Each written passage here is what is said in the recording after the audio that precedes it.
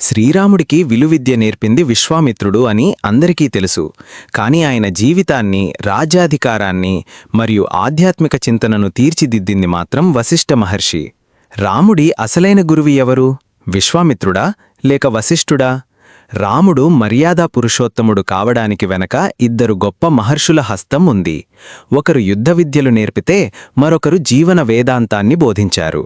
అసలు రాముడికి రాజ్యకాంక్ష లేదని, ఆయన ఒకప్పుడు సన్యాసిగా మారిపోవాలనుకున్నారని మీకు తెలుసా? ఆ సమయంలో రాముడిని మార్చిన ఆ గురువు ఎవరు? 1. కులగురువు వశిష్ఠ మహర్షి. పుట్టుక నుండి పట్టాభిషేకం వరకు. రాముడు జన్మించినప్పటి నుండి ఆయనకు నామకరణం చేయడం, విద్యలు నేర్పడం మరియు రఘువంశ గౌరవాన్ని కాపాడడం వరకు ప్రతి దశలోనూ వశిష్ఠ మహర్షి మార్గదర్శకత్వం ఉంది.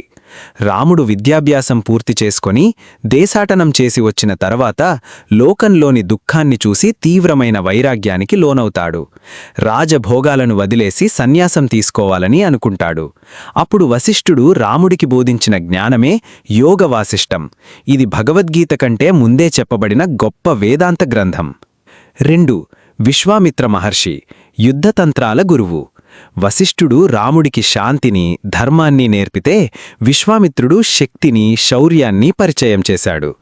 యజ్ఞ రక్షణ కోసం రాముడిని తీసుకెళ్లిన విశ్వామిత్రుడు రాముడికి బల, అతిబల అనే 2 రహస్య విద్యలను నేర్పాడు. వీటివల్ల రాముడికి ఆకలి, దప్పిక, అలసట అనేవి దరిచేరవు. రాముడి వద్ద ఉన్న అత్యంత శక్తివంతమైన అస్త్రాలన్నీ విశ్వామిత్రుడు ప్రసాదించినవే. 3. తెలియని నిజం. గురువు కోసం రాముడు పడిన తపన. రామాయణంలో ఒక సందర్భంలో రాముడు అరణ్యవాసంలో ఉన్నప్పుడు కూడా వశిష్ఠుడి పాదుకలను తలుచుకుంటూ ధర్మ నిర్ణయాలు తీసుకునేవాడట. గురువు మాట అంటే రాముడికి ఎంత గౌరవమంటే, కైకేయి కోరిక మేరకు అడవికి వెళ్లమని తండ్రి చెప్పినా అది గురువుగారైన వశిష్ఠుడి ఆజ్ఞకు వ్యతిరేకం కాకూడదని ఆయన అనుమతి కోరిన తర్వాతే అడుగు ముందుకు వేశాడు. 4. అగస్త్య మహర్షి. వనవాస సమయంలో అండగా నిలిచిన గురువు. చాలామంది వశిష్ఠ, విశ్వామిత్రులను మాత్రమే గుర్తించుకుంటారు. కాని రాముడికి వనవాస సమయంలో రావణుడిని అంతం చేయడానికి కావలసిన వైష్ణవ ధనస్సును, ఎప్పటికీ తరగని అమ్ముల పుదిని ఇచ్చింది అగస్త్య మహర్షి.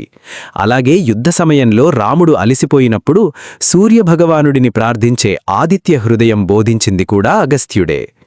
రాముడు దేవుడైన మానవ రూపంలో గురువుల పట్ల వినయాన్ని ప్రదర్శించి గురువే దైవం అని నిరూపించాడు.